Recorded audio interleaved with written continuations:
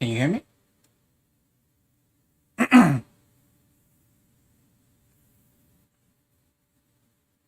My glasses are off, as you can see. So I thought I clicked on unmute. I didn't. Mock Hill, Nurse Joy, my day ones. How you guys doing? Let me fix this real quick.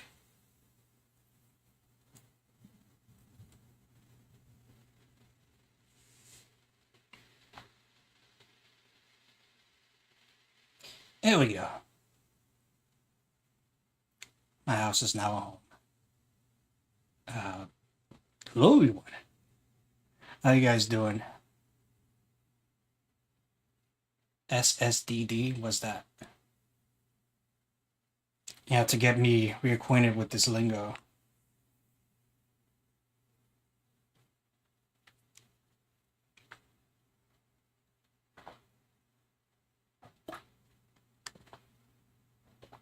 Ah,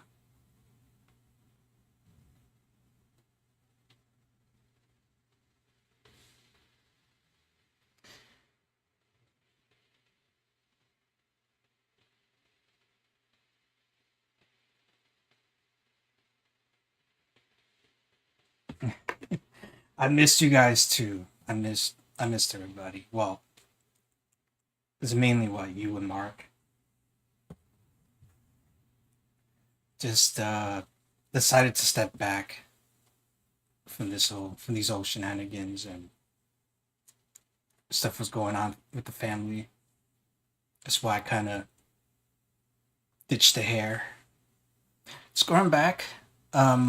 I'm not sure if I should keep it this way or if I should go back to the buzz cut. I don't know. I miss it. But Mark, how have you been, man?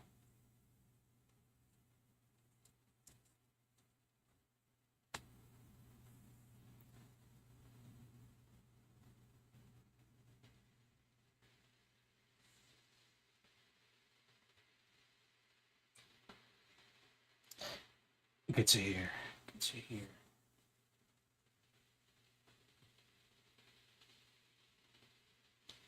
So I'm not gonna be. It's not gonna be too long a stream. I'm gonna be doing another reading of another Predator's book, but this one's not gonna be George.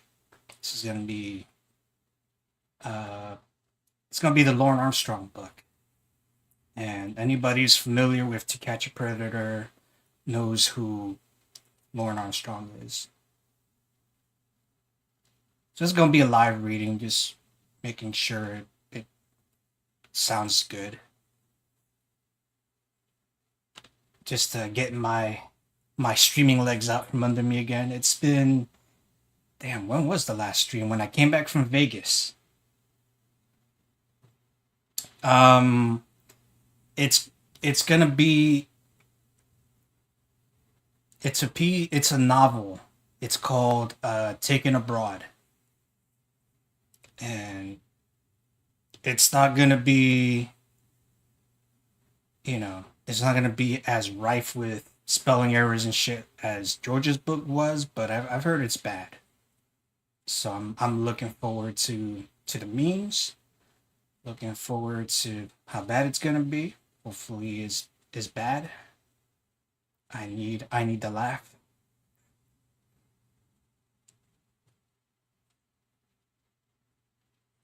I've read up a bit on it, and it's about somebody who enlists and uh, goes to Iraq around the 2000 early 2000s, which just happens to be the time I was in the army.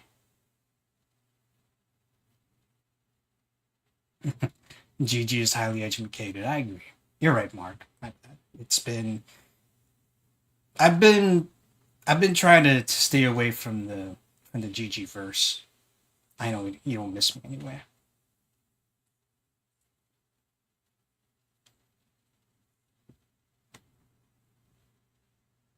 It's actually been surprisingly easy.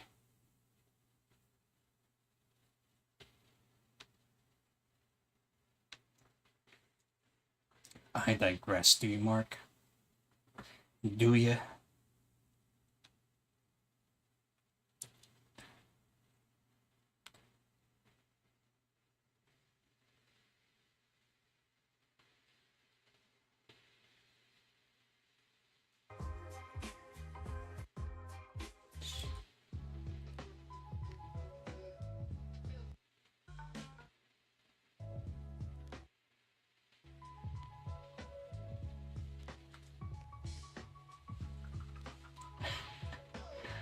Yeah, yeah, I heard he came back from the dead and working on a website again.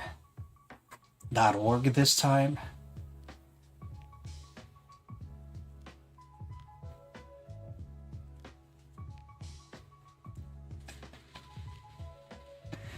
I just want to know if he dies. I miss your morbid sense of humor.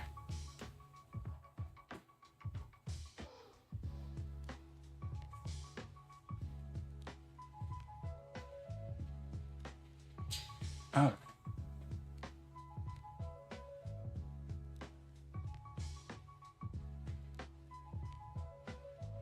should be my other scene should be on the book.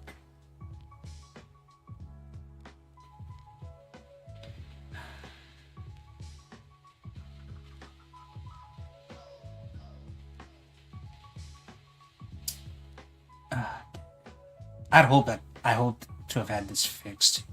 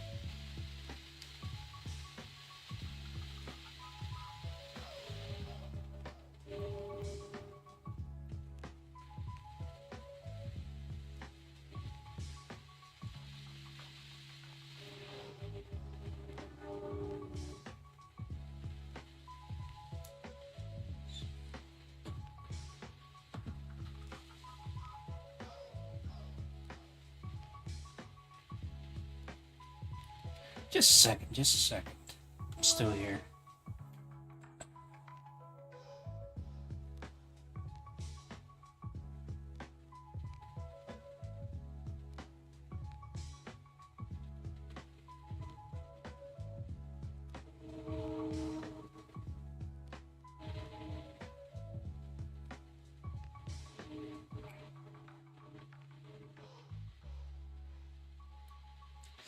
Honestly, that first chapter was fucking gross. The McKim book talking about butterflies and watching little kids pee. I'm not interested in that at all. That kind of like killed my interest in the rest of the book. And it's probably not going to be as gross. I want nothing to do with that book. I don't think you can blame me. Like it is funny, but you know, I threw up in my mouth.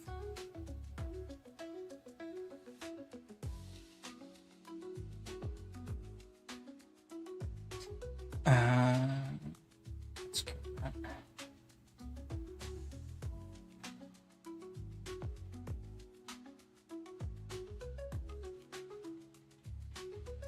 Just make me look normal.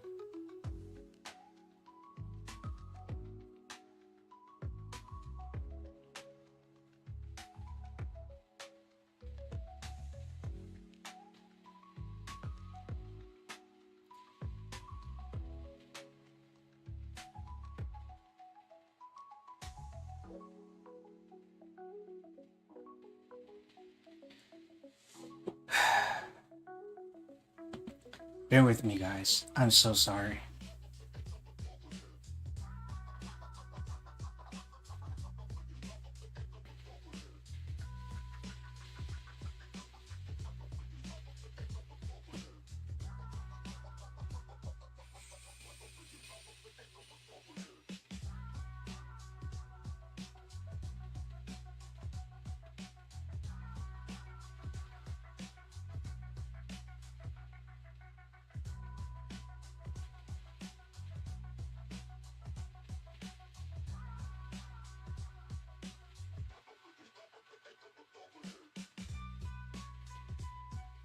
How hard is it?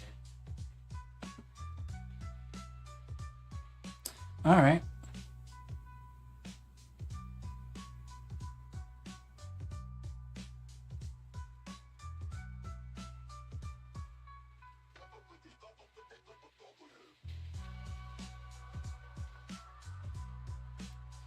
Oh yeah.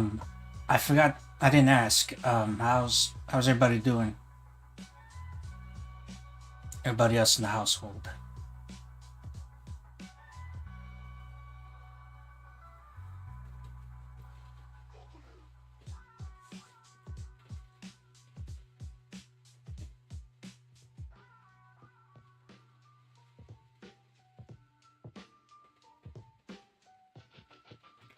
That's good to hear.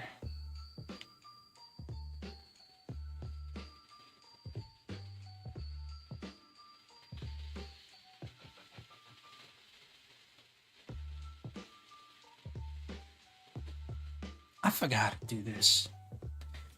I had this little thing where I could just shrink down my little camera dude and um, lower the opacity, understate myself so you can see the chat and everything. It's alright, I don't know what I'm doing.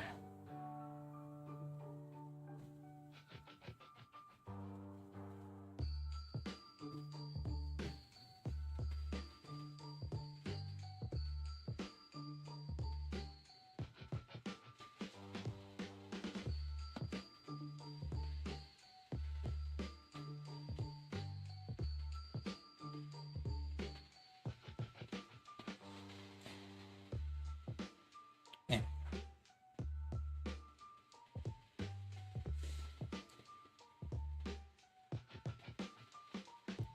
4:15. How about we start at 4:15?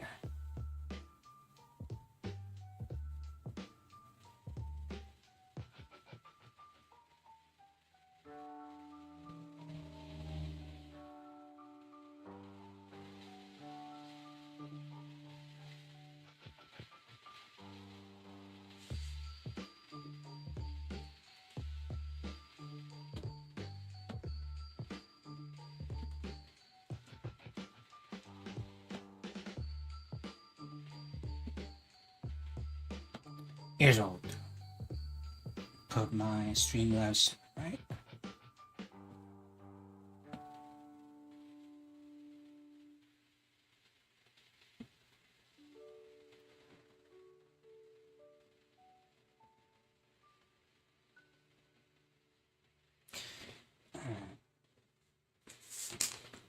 And the words on the screen, they're all good for you, right? You folks in the chat.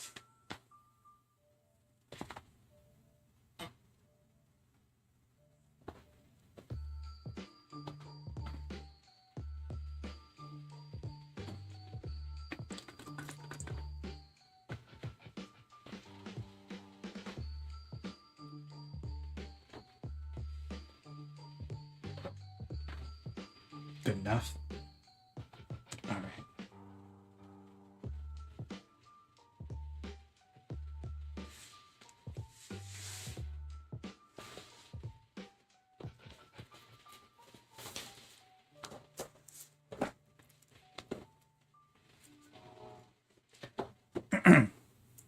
Four 15, we will get started. All right.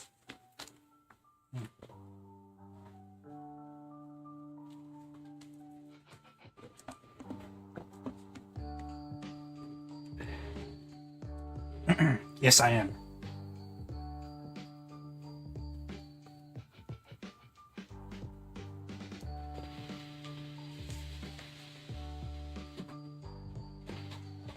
Question is going to be, am I going to do the whole thing? That I don't know. But this little intro and chapter one, I'm definitely doing today.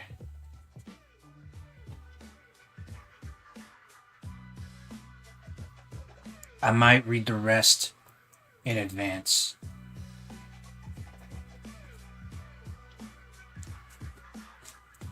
See if it's better than this. It's causing all this. You got your popcorn? Alright.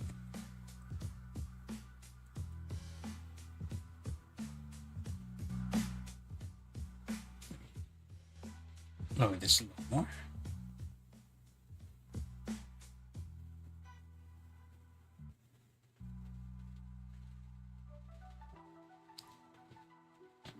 %5 is good.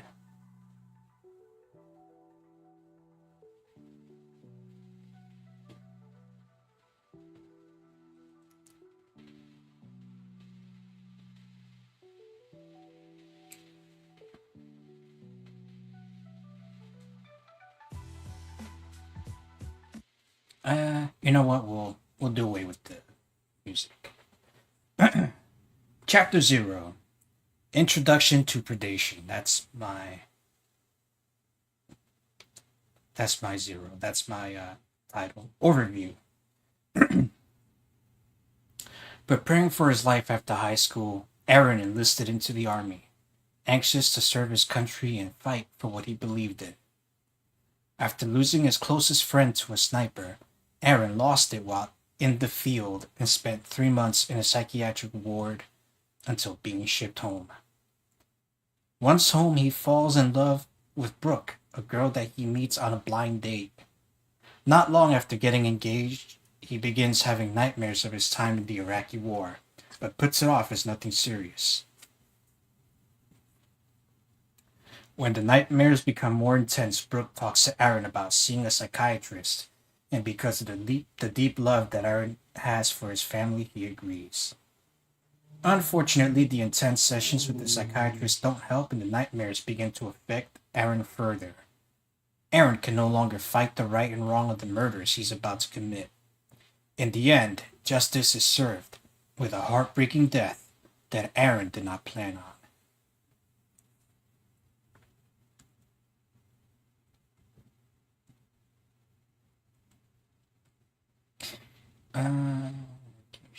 This book is dedicated to my brother Michael, who died at birth, and my mother, who has been through more hell than any one person should have to go through in a lifetime, and still manages to be as sweet as she can possibly be, and still be there for all of her children and grandchildren to help out.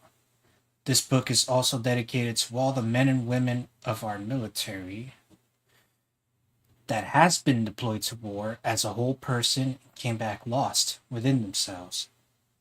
God bless each and every one of you, and may you find your way back to yourself again. Donation. 50% of all net profits made from the sale of this book will be donated to the Wounded Warrior Project. The author of this book hopes to encourage others to donate to this cause to give back to the United States soldiers what they have given to their country. Special thanks. A very special thanks to everyone who helped edit this, specifically Linda A., Sharon L., Sharon C., and Charlene V.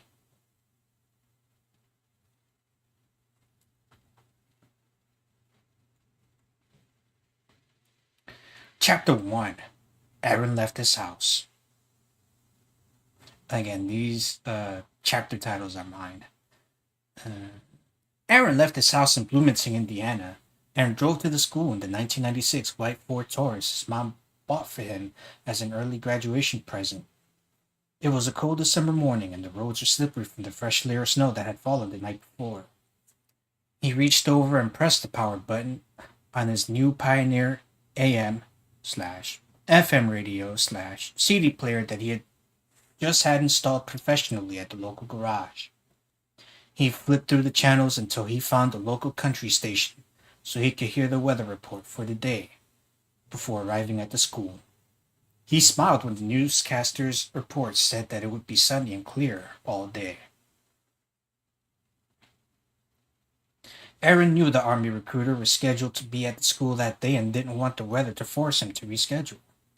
Ever since the terrorist attack on 9/11, Aaron knew what he wanted to do after graduation. His heart was set on going to Iraq and fighting for the freedom of the United States and the freedom of Iraqi citizens.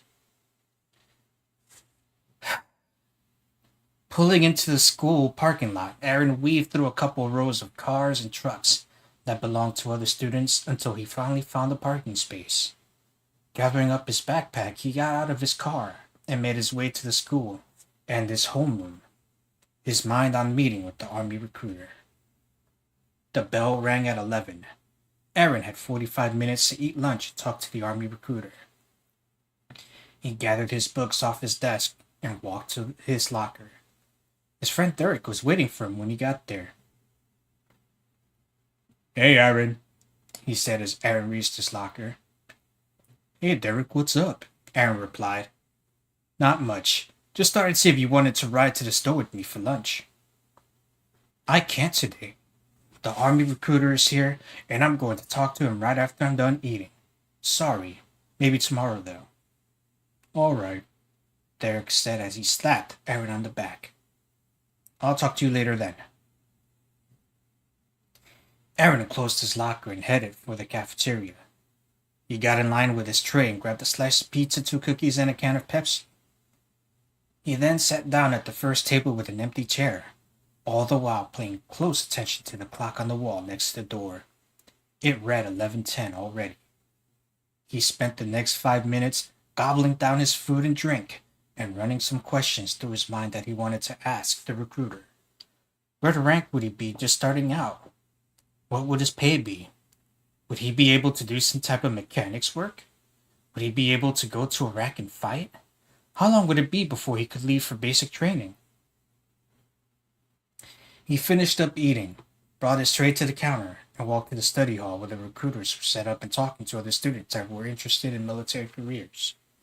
There were tables set up for Army, Navy, Air Force, Marines, and Coast Guard. Aaron made his way through the line of students to the table set up for the Army recruiters and waited in line with 4 students in front of him. There was only 2 Army recruiters, so he knew he wasn't going to have much time to talk to the recruiter. He waited patiently as the line in front of him slowly disappeared, and he was next to see a recruiter.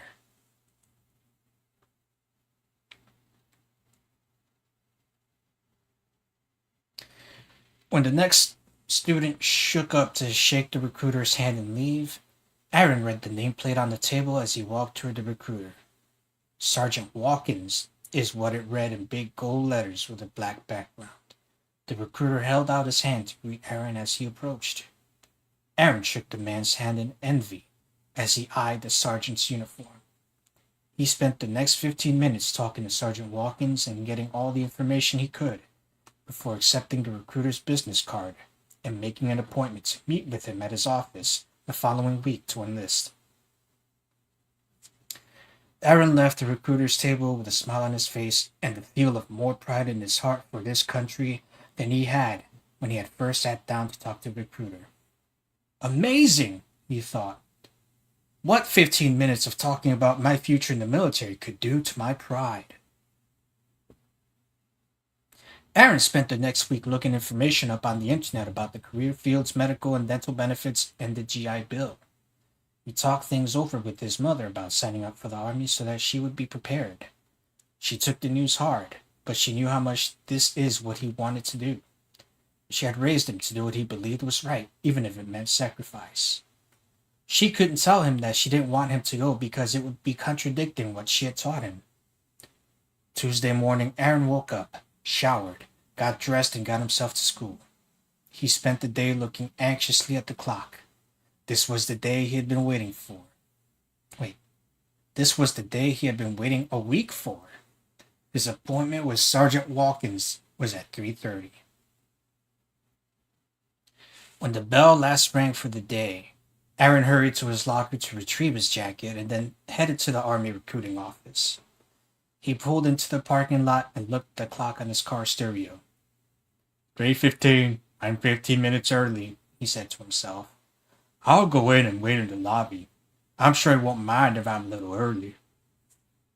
Stepping out of his car, he looked up just in time to see an Army Hum the 5th driving by. He stared at the big vehicle in awe. Hopefully soon I'll be working on vehicles like that one, he muttered into the cold air. He turned back around after the vehicle was out of sight, locked his car door, and closed it hard. The weather today was 22 degrees, and the wind had a sharp bite to it. Aaron placed his hands in his jacket pockets to protect him from the cold, tilted his head down against the wind, and began walking across the snow-packed parking lot to the recruiting office entrance. When he walked through the door, he looked to the left at the secretary behind the desk.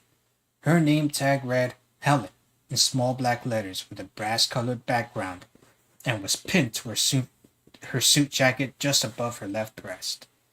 She was an older woman, probably in her late 40s or early 50s, a little on the heavy side, her brown curly hair that came down to her shoulders, and wore wide-rimmed glasses with a gold chain that dangled from the sides of her glasses and wrapped around the back of her neck. She had a mother's air about her and greeted him with a warm, welcoming smile. "How may I help you?" she asked. "Hi, I have an appointment with Sergeant Wilkins at 3:30, he replied. "And what is your name?" He watched her as she opened a large black book that read "Appointment Book" on the cover and answered, "Aaron Johnson." She licked her thumb and flipped the pages to the correct day and looked at 3:30. "There you are, right there," she said as she looked up and smiled at him. "Have a seat in one of those chairs right there, and I'll let Sergeant Wilkins know that you're here." Aaron turned around after thanking Helen and found a seat next to some army brochures. He picked one up and began looking at it while Helen let Sergeant Wilkins know that his 3:30 appointment was there. "Mr. Johnson." Aaron looked up in surprise. He hadn't seen Sergeant Wilkins approach him because he had been engrossed in the pamphlet that he was still holding in his hand. He folded the pamphlet back up, set it back in its place, and stood to shake Sergeant Wilkins' hand. "How are you doing today?" Sergeant Wilkins asked him. "Fine, sir," Aaron replied. "How are you?" "I'm doing great, thank you. I see you're ready to sign up today, huh?" "Yes, I am," Aaron replied. "Well, follow me, and we'll begin all the paperwork." Aaron did as Sergeant Wilkins directed and fell in behind him. As he entered the office, he looked around at all the certificates on the walls. The envy Aaron held for the sergeant began to grow to a minor case of idolism. He sat down in the chair in front of Sergeant Wilkins' big desk and watched as the sergeant put together a new folder with Aaron's name on it. By 5:30, Sergeant Wilkins had all of Aaron's enlistment forms filled out and had him set up for an appointment for a physical. Aaron left the recruiter's office pleased with what Sergeant Wilkins had done for him.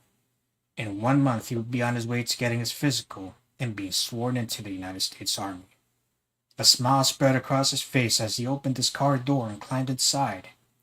In just a few short months, he would be on his way to basic training.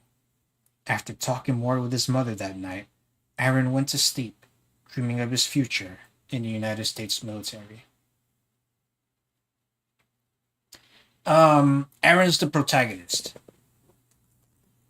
Aaron is the main character. As I've come to find out, that's going to be the Lauren Armstrong self-insert. I don't know if you guys are familiar with Lauren.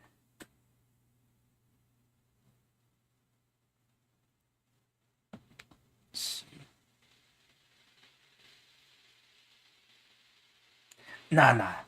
It's not an autobiography. It's not an autobiography, sorry. This is fiction. And it's weird, like there's a little bit glossed over in the whole enlistment process. You know, no ASVAB taken, so we don't know if he's bright or if he's a wheelchair symbol.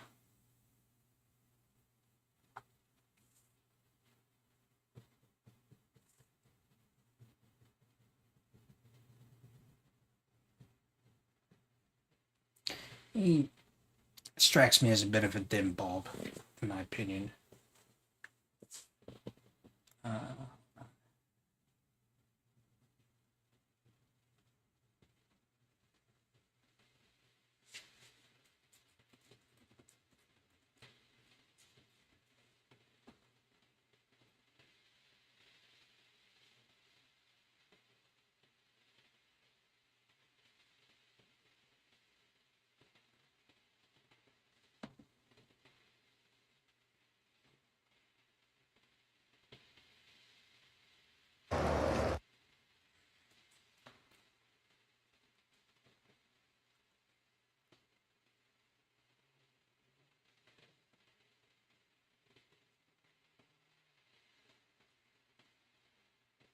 All right. I'm scared this is gonna get me shut down. Might do it anyway.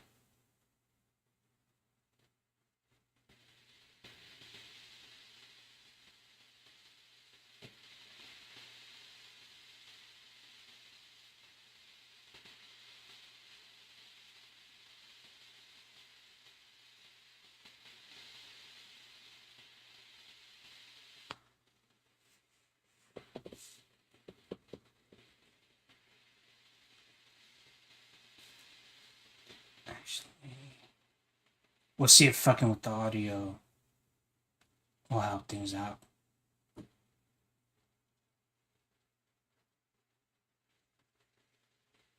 Hey, I'm glad you could come. Girl. How are you? I'm good, how are you? Good.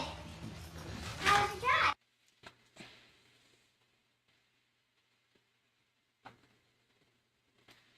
Oh, I know who Lorne is. That's how you spell it. I don't know very much about him. All right. I mean, for anyone who's not familiar,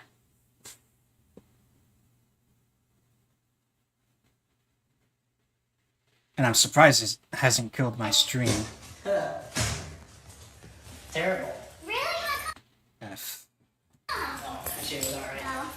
Well, look, we got these new chairs. You have to sit down. I have to sit down? Yeah, look. It's a massager Oh my chair. God, It vibrates look at when that. you press Oh the my button. god! Look at that. Look, oh my god. Yeah, flip the switches. Which one is it? Because I don't know if Joy knows who Lorne Armstrong There's is. one for your butt, there's one for your lower back, and there's one for your upper back. I just felt my butt. That's in my Right. You can pretty much tell the difference when you press the Holy, yep, that's my button. That butt. feels so good, right? I thought you had blonde hair. Do you like it? I dyed it by myself. I think it's pretty. Thank you. It's very pretty. Where's Oh the my pizza? God. I was waiting to eat because I thought you were bringing some. I don't want to bring you any pizza. Well, weren't you gonna bring me something? Well, yes, I was. And I did. Did you bring condoms? Yes, I did. Where are they? They're out in the truck. Well, what good are they gonna do in the truck if we're in here? Well, yell at me, why don't you? I haven't had a kiss yet. Oh, okay. Well, then what did you want to do? I want a kiss I want a kiss first. first. And then what? Can I have a kiss first? Yeah, but kiss Well, let's first. talk first. We just got here. Would you like me to go out in the truck and get my stuff? No, it's alright. No? You don't want your thing right now? Present I give you? Well, what is it? Well, I can't tell you. That wouldn't be much of a present if I told you. Well, you can go get it. Can you in a feel the little bit. riz? Okay. Okay. Alright. Are you The nervous? charisma just A little bit. melts in the Not screen. bad what you thought you would be. Not as bad, but I still am kind of Oh, nervous. God, I'm trying no. to, like, talk a little bit first, and then, like, so I'm more comfortable, you know? That's like cool. That's like, ew. I'm really glad. I like seeing you in person. Yeah, I like seeing you too. Good. So, This is getting hot. How come? oh, because press the red button. It's like Oh. here too. You gonna have a seat too? I like to sit on the edge of chairs. Do you? Yeah. Pretty comfortable there. Hi, sir. How are you? All right. They seem how are pretty you? comfortable there. Not too much. Not too much. You a Boston fan? Actually, I don't even watch baseball. No, but it's a Boston cap. It's a Boston Cap, yeah. Yeah. So what are you up to tonight? Not a whole lot. Not a whole lot? No. Well, I'll tell you, for the last several days, you've been up to a lot. You're a pretty prolific chatter there.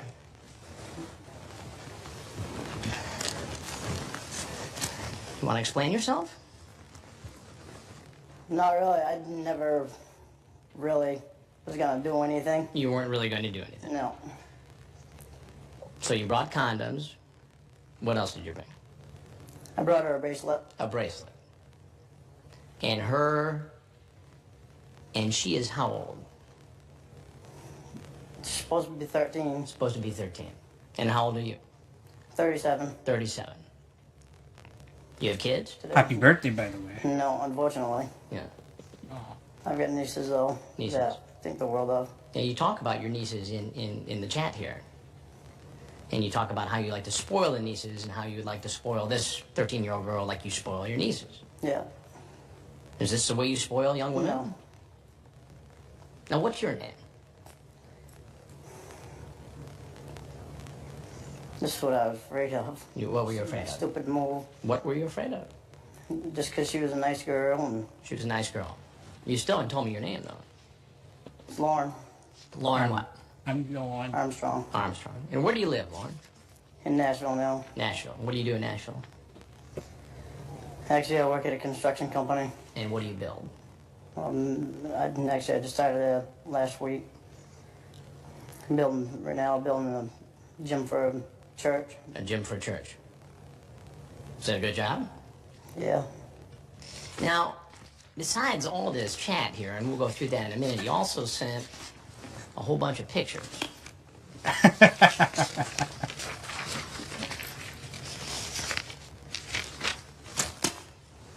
Now, why would you think that's appropriate? It's not. It's not. Those are all your pictures, right? Is that all you do in your spare time? No.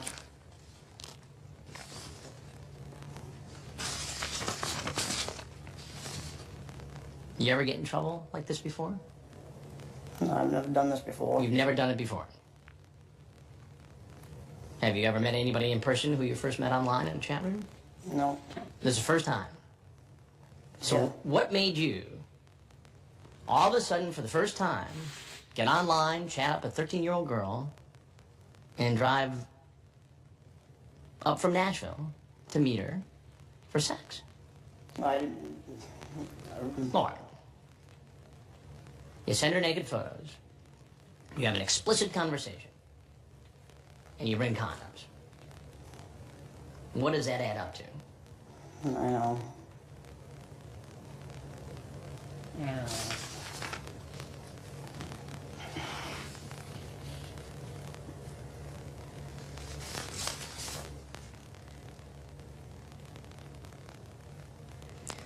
At first, you seem like the Good Samaritan, the protector.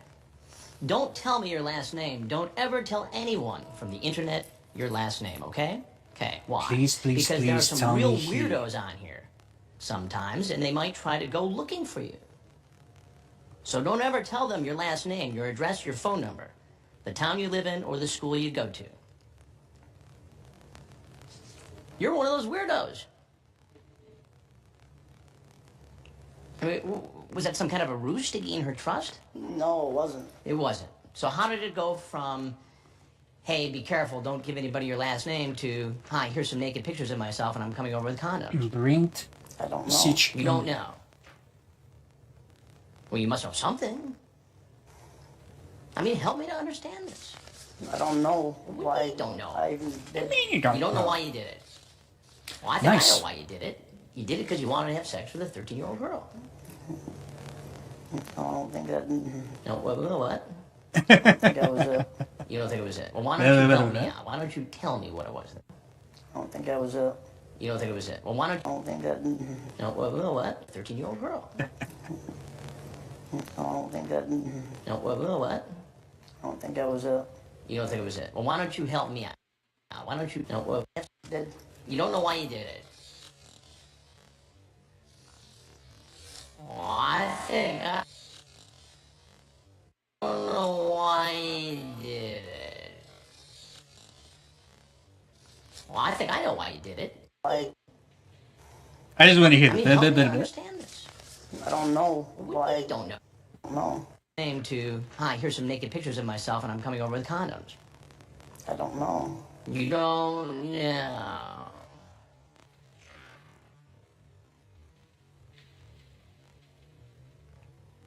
As far as I know, he's still alive. We must know something.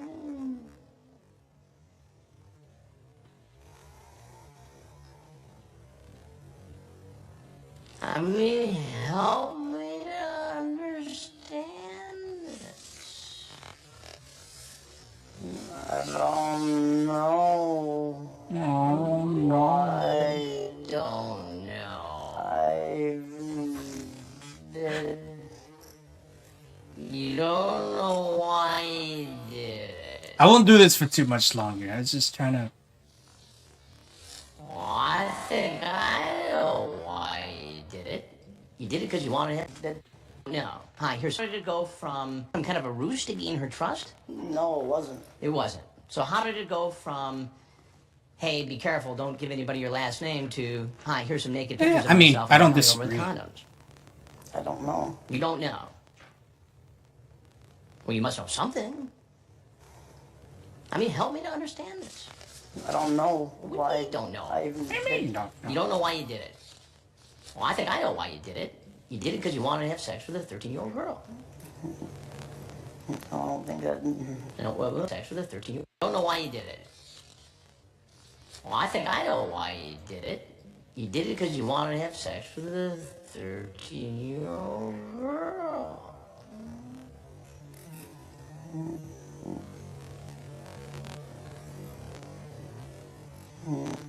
I don't think that.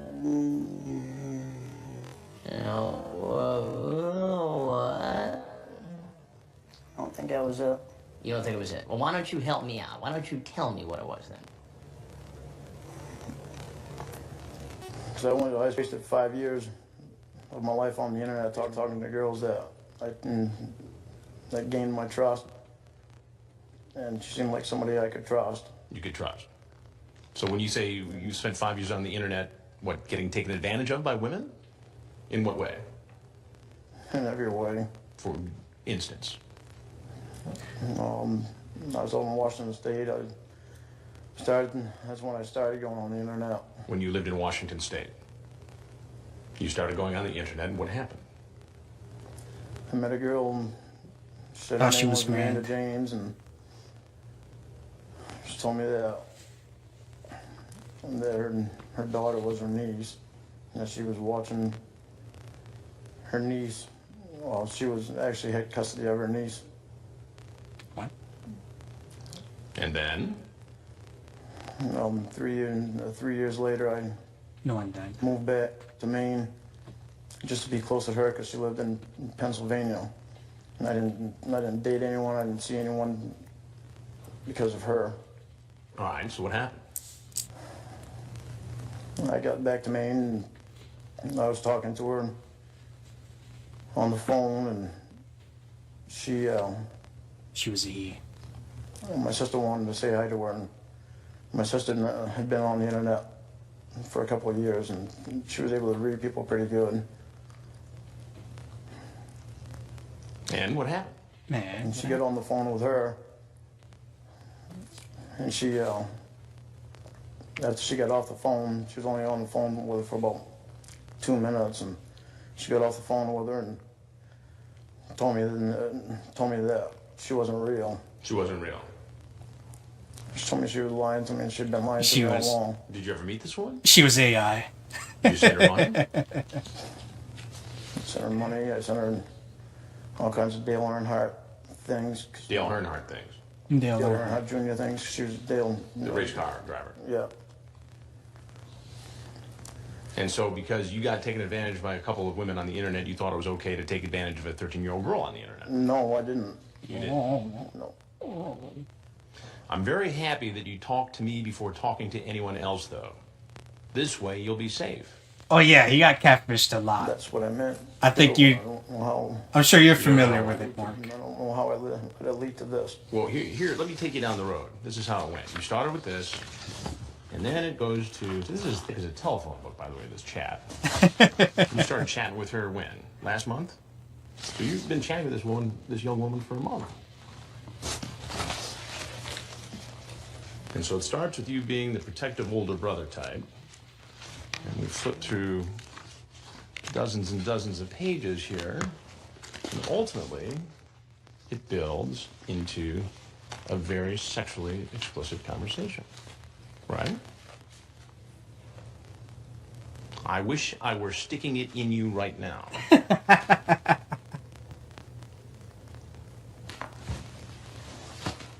Jason, what's up, dude?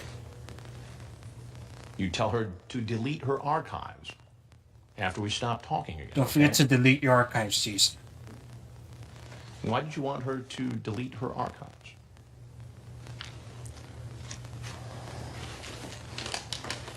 Help me out. Help me out. Appreciate you stopping by, man. I You didn't didn't want want to get in trouble. I didn't want her to get in trouble by her parents.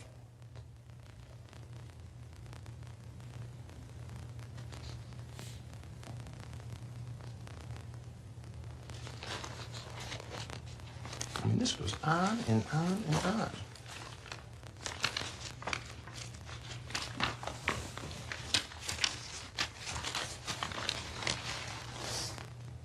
Do you think naughty thoughts about me? Those are before my you go to favorite. sleep? Please, sir. Sir, please. You talk about getting married to her. Getting married. She's 13. Yeah, when she, Huh? Yeah. she was 18. Too bad he's not dying outside. Oh, what do you mean she's 18? So I meant when she was 18. You were going to marry her when she turned 18. But Why? you're just going to have sex with her from the So- age of 13 to 18. You're just gonna groom her. Are you excited about me or my penis? Is Miss Vagina ready to meet Mr. Penis? Did you bring anything else with you tonight? Oh, agreed. Agreed, Jason. Like what? Like anything? No, Food, alcohol. no. So just the bracelet and the condoms.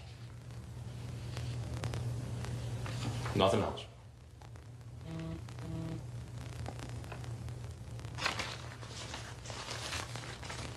What do you think ought to happen to you?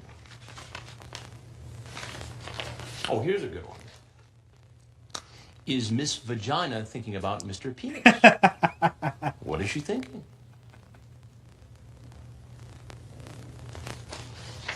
What's up with that?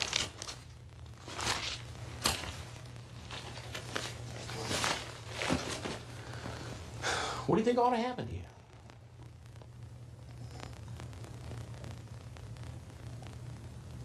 Help me out. I think I should go to counseling to get off the internet. You should go to counseling and get off the internet. Did you ever say to yourself, hey man, I got a problem here? No, because I never thought I did. You never thought you did. Does this incident make you think that perhaps you have a problem? What are you going to do about it? I can do some things I can't do that. Oh my God. Oh my God. Well, do you ever watch television much? You ever watch a program called Dateline NBC? Well, there's something I got to tell you. I'm Chris Hansen with Dateline NBC, and we're doing a story on evidence. Now, you're free to walk out of this house right now. Yeah, he went to jail. But if there's anything else you want to say, now would be the time to say it. He went to jail and, I forget for how long. He was... Sheriff's office, down! Get down! On the ground! Alright. Well, that was Lorne.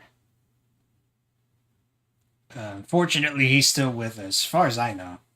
Because there's a big... out of all the people on TCAP, I think Lorne has the biggest, like, following. And I have no idea why. Like, I didn't think his little interview was that interesting. I don't think he's funny. I think he's annoying. He's a cornball.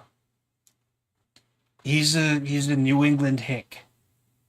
and they're a dime a dozen in the rural parts of New England.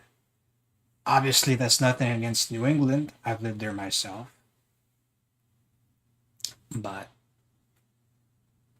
you know, I never understood the fascination with him. But he got a book. I said, you know what, I'm gonna give it a chance.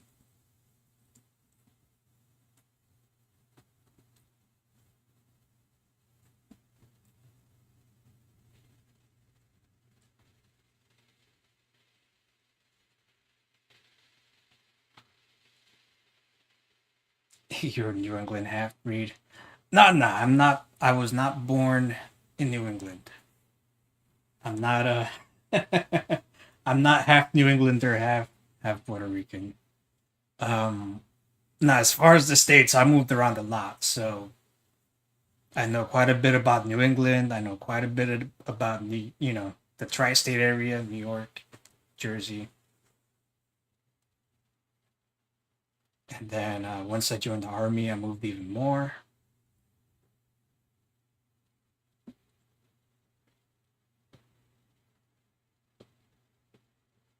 Just make sure the individual is 18 and you're good, right? Yeah, pretty much. Or if they say they're not 18, just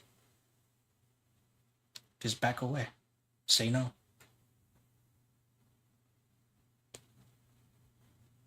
I don't think it's that hard.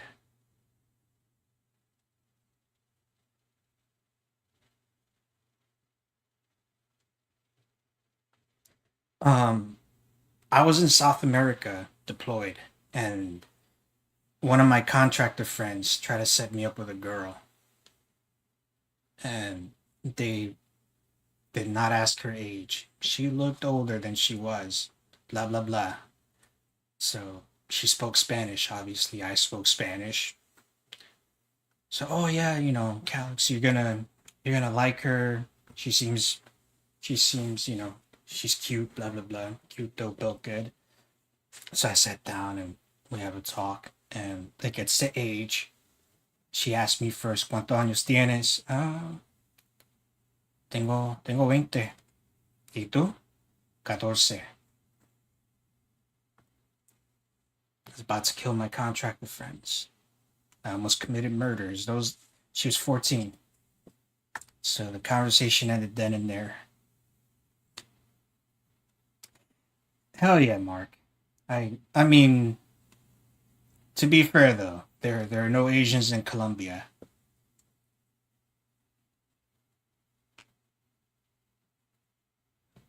But I don't think they knew. They just try to be nice to me. But yeah. I like not first of all, I like not being in jail. I like not causing international incidents.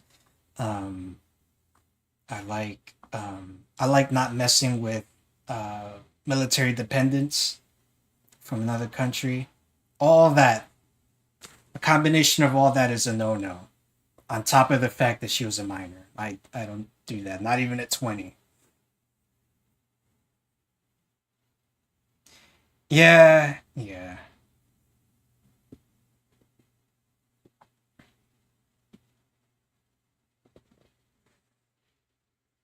And I'm sure people took advantage of that. But even if there wasn't, like we're bound by U.S. law. But like I, that's just weird to me. You know. I like your answer though, Mark, because that's the way to go.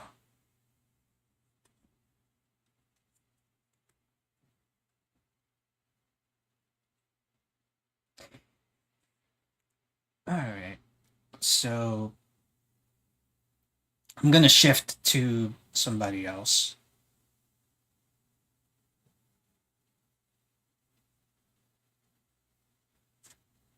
Damn, it's too bad. I can't. It's too bad. Too bad. Ari Chase Ramos doesn't have dark mode. Um, I've been trying to you know, in moving on from the Gigi verse, I've been trying to do. Who was creepy?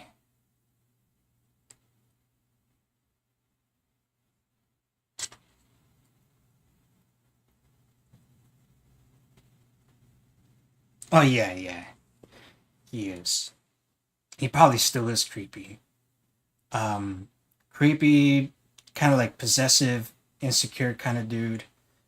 Like, with one of his catfishes, um, he wanted he wanted her to not see a male OBGYN. It's all good, Joy. Welcome back. Um, anyway, what's this about? You might be wondering. Someone was introducing me to audiobook auditions, and one of the authors is Ari Chase Ramos, who is a very interesting individual. Um, Writes a lot of fandom stuff,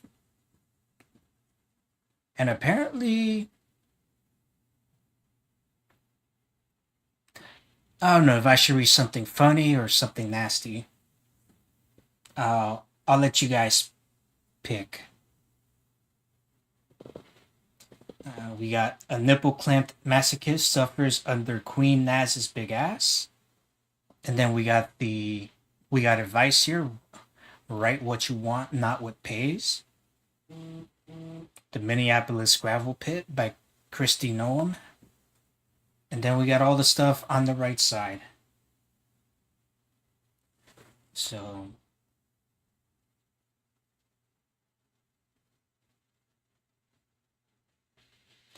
I'll read one thing.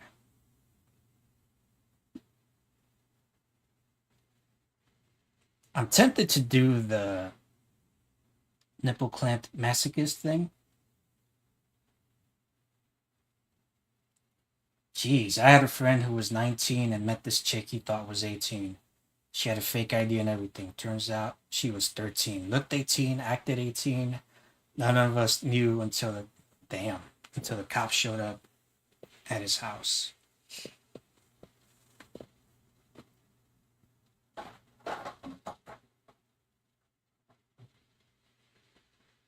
Yeah, there's a Chris Rock song, no sex in the champagne room. If a girl looks, what was it? If a girl looks 20 and if a girl says she's 20 and looks 16, she's 12. If she looks 26, if she says she's 26 and looks 26, she's damn near 40. He did 2 years, damn.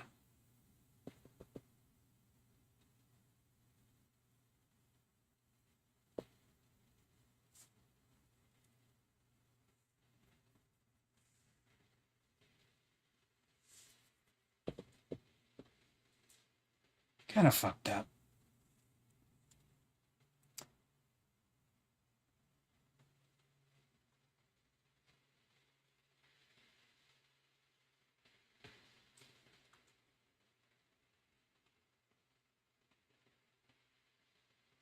Yeah, but when you initially hear why he's on the registry, it sounds bad if you don't know the backstory. That's true.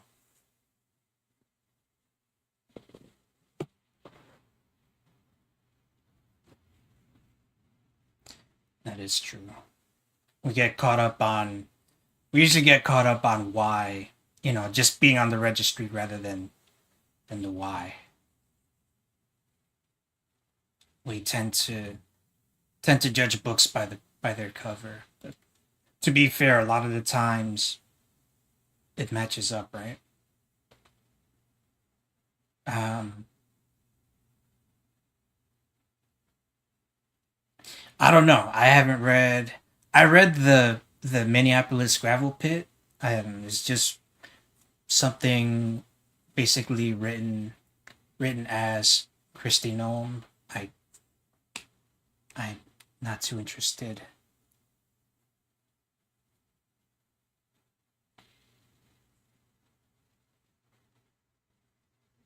on the registry for what? Indecent exposure?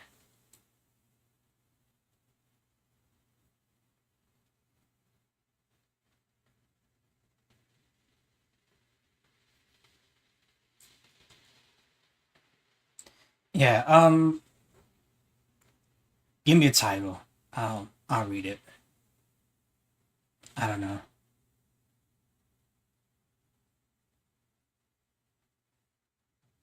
You know what? I'll subscribe.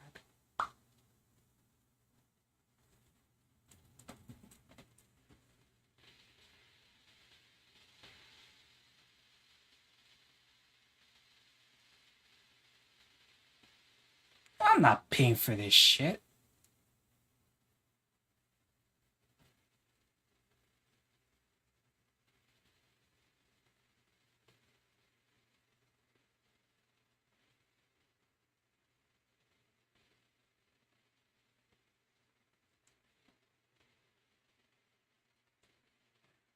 You know what? I was hoping you'd find something. See what's popular.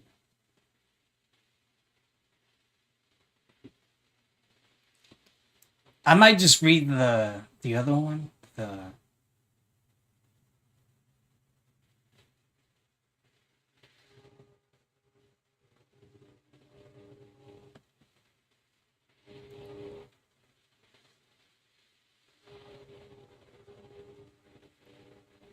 I might just read this because it's only 800 words.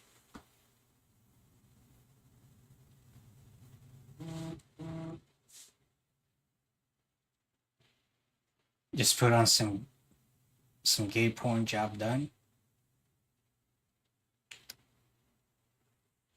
I'm good.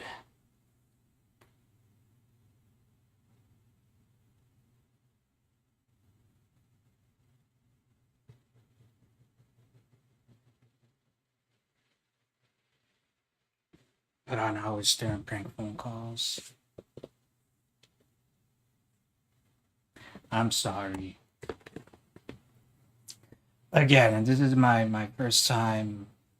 It's my first time in months coming back. So I'm getting my. I gotta get my sense of humor back. I gotta find myself all over again.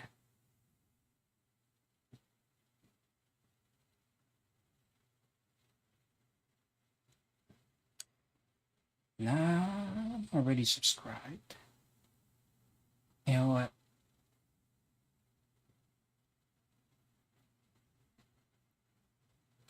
what? Ari Chase Ramos is the author of over 30 erotic novellas that are available in the Kindle store, on Audible, and in erotic audio form.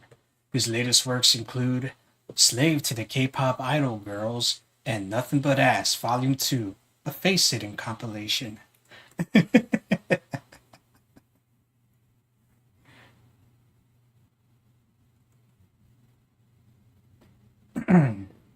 In the throes of a crazy sadistic woman, my heart beats quickly.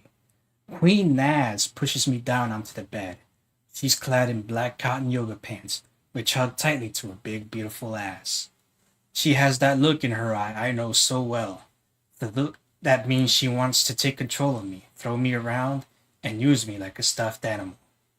Just as soon as she presses her knee into my chest, she grabs me behind the neck and lifts me into a sitting position. Go to the kitchen, she orders me. Get 2 clothespins. After crawling back, I place the heavy plastic clamps on the bed. Ordinarily, she'll use them to keep a granola bag tightly closed. There was no snack bag on the bed. That meant I would be the object to be clamped. Naz straps one to my left nipple. The plastic teeth shudder on the end of my nipple and bite into my skin. That's just where it hurts the most. I anticipate the sting of the other one locking onto my right nipple, but Naz pulls it away and down. Where else could she? I writhe in pain as she clamps it around the skin of my nutsack. Subscribe to read this 823-word fan-noun story of pain and pleasure.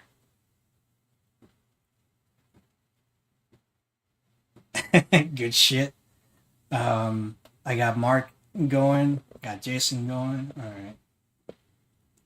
right. As she scoots forward on my stomach, she intentionally drags her big ass close to my skin. I can see her coming towards my chest. Her ass presses into the clamp, squeezing, smashing, twisting my skin until it pops off, causing hot shards of pain to shoot through me. She immediately reattaches that clamp. Sitting around my shoulders, just under my neck, she grabs my hair and pulls me toward her pussy. She pulls my head up and pushes it back down, then pulls me up into the heat of her femininity again, repeatedly throttling me. My other slave boys are too weak, she laughs. They can't take it when I pull their hair. They can't take it when I whip them even lightly. But you're such a strong masochist. My heart beats faster as she looks directly at me with that deranged expression. I feel a rush of excitement. I know I must be a strong masochist because I know she's going to continue using and torturing me. But I look forward to it somehow, even as I know it's going to hurt. I feel the excitement of a challenge awaiting me. It's the same heart-pounding rush I feel when I stare up at the climbing wall before beginning my way up the route. Climbing causes my muscles to burn, the skin on my hands to tear and sometimes even bleed. But I relish the challenge.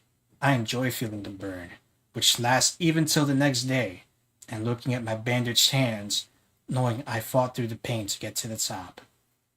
Queen Naz pushes my head back down into the bed and moves her ass up, positioning it directly over my face. She lowers herself and releases the tension on her legs, putting the pressure on my face instead. I can feel it as my nose is squeezed, my eyes shut tightly, and red and green dotted phosphenes show up in my vision. She leans forward, adding to the weight, closing her thighs. My nose feels like it could break, and yet I know it won't. Probably won't. Just like I probably won't fall off the wall onto my back. Sure, she might rub the skin raw, maybe even make it bleed, but so far, I've never broken my nose, and if it does happen, I'll have another scar to heal. Doesn't seem like a good time to me. Must not be masochistic enough. It's alright. She leans back, opening her thighs and dragging her scratchy pants forward and back over my face. All of that torturing must have gotten her worked up, because when she pulls her pants and underwear down to her ankles and positions her pussy directly over my mouth, she is already wet. Make me come, she says. I lick vigorously, and I savor the taste. It's the taste of dominance, the taste of pure power, the taste of primal, unrestrained femininity. I fall into a dream, licking her, working my way into her crevices, going with her, guiding her, taking her to the top. After she comes, she remains sitting on my face. She positions my nose directly in her beautifully wet slit and closes her legs, letting me subsist only on the taste and smell of her sex. I am enveloped in her juices. I can hardly get enough air in through the small space between her pussy and ass and my nose and mouth. You like that? She says as she grabs and tugs the clamp off my nipple in one swipe. Pain rushes through me, and there's shortness in my lungs. My taste, smell, and feeling, my senses, are dominated by her. Do I like it? Yes, I have to admit I do.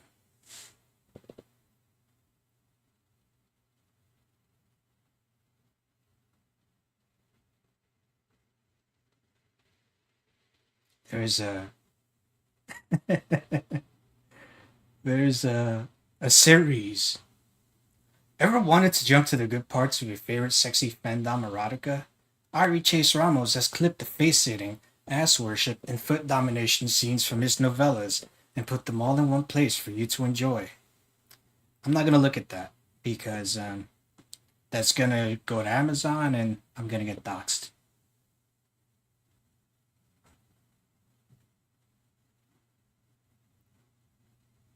It's an interesting read. Are you a masochist? No. No, I'm not into that. I'm not into that.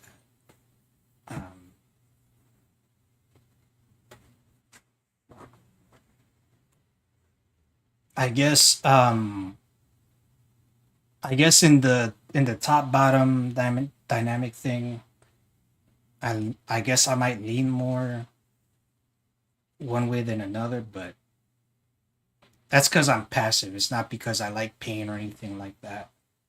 I'm only a masochist in that I like to read and watch horrible content, like George's book and this.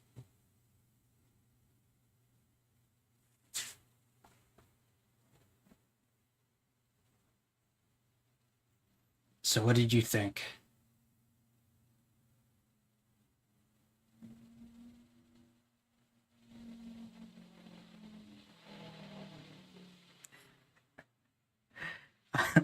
I'm fine with vanilla stuff. Nothing wrong with vanilla stuff, especially with Asian milfs. Kind of poorly written.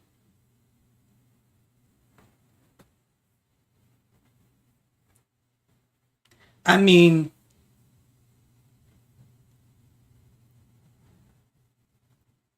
it's not that bad.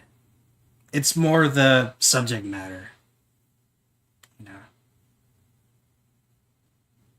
I've seen, I've read worse. I've read a lot worse. Uh, the Lauren thing was kind of boring.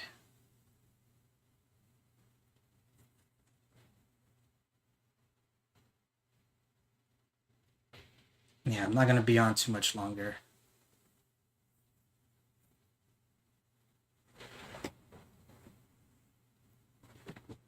I might do. I might get into a schedule with the Lauren shit. I may not. I don't know. I hate it when they use the word slit. Yeah, yeah. It's kind of like when they use the word member in romance novels. The member. You want to sit on my member? My member is throbbing.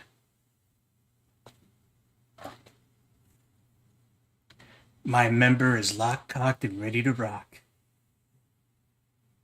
Remember the member.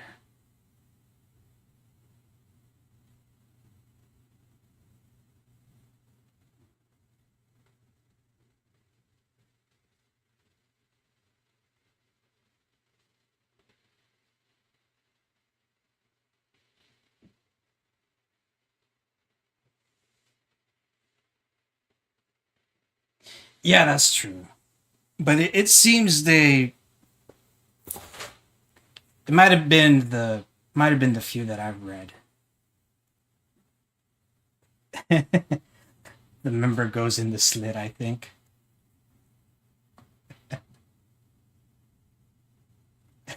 Fuck no. I mean, I've read better. I've read much worse. So,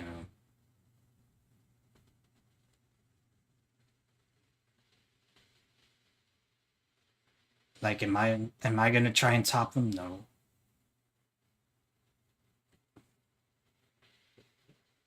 Be on the lookout for some erotic novels written by me. Nah, don't hold your breath.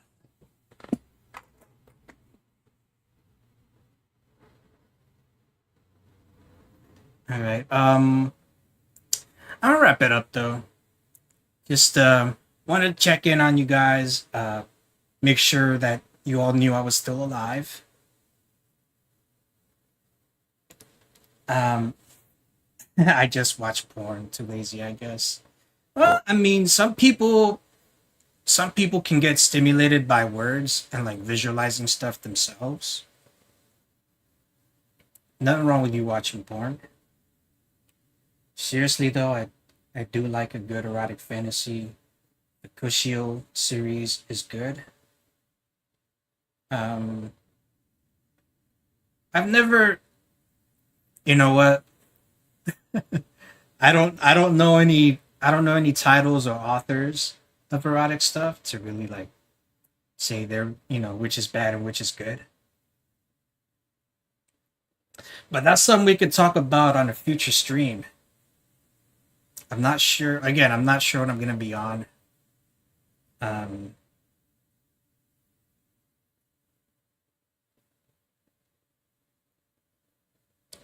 the Sleeping Beauty trilogy.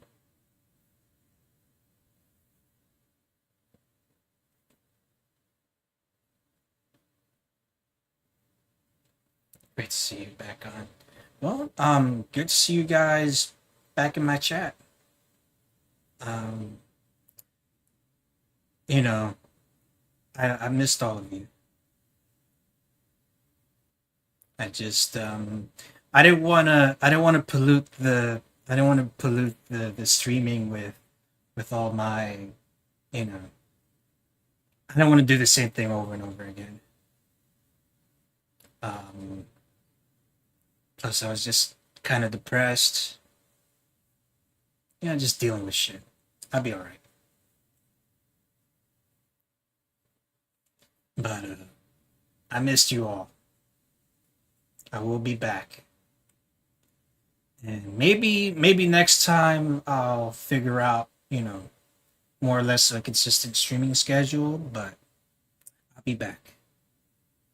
The Ric Flair book, I turned it back in thinking I was going to be charged a late fee. It just wasn't that interesting anyway. It was just, I went here, I wrestled this guy, I went there, I wrestled that guy, I did this, I did that. It's pretty dry. I didn't read through the whole thing, but just the excerpts I read weren't all that interesting.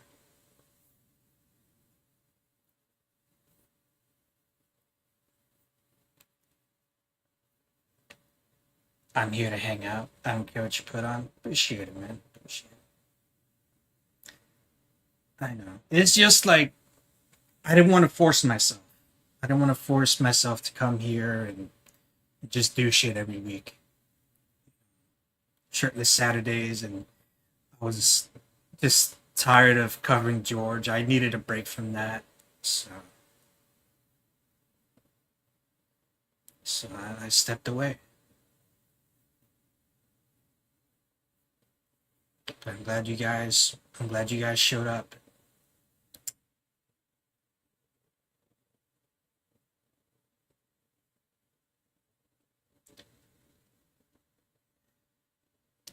I appreciate you guys though.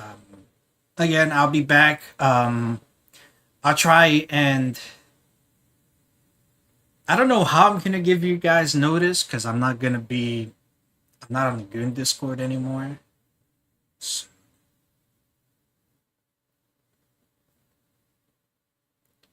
and people, I don't know if people read my community tab shit, so I don't know. But I will be back. Promise you that. Take it easy, everybody.